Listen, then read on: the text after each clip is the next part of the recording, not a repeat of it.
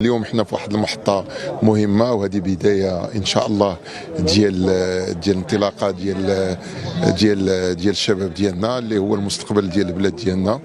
وكما شفتوا اليوم الحمد لله الحضور حتى النوعية ديال الحضور ديال الشابات والشباب ديالنا بان بلا كاين واحد المستوى اللي الحزب ديالنا اشتغل عليه منذ التأسيس، أن الشباب يكون هو القاطرة ديال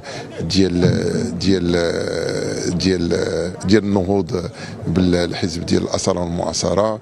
خير دليل على هذا هو تواجد جوج شباب كما جاء على لسان الرئيسة أنها بدات اشتغال الحزبي في السنة، فهي عندها 33 عام، والأخ السي بن سعيد بدا في السن ديال 24 عام. هذا ما يمكن الا يحفز الشباب المتواجد اليوم انه يشتغل باش غدا ولا غدا حتى هو يلقى راسو في المسؤوليه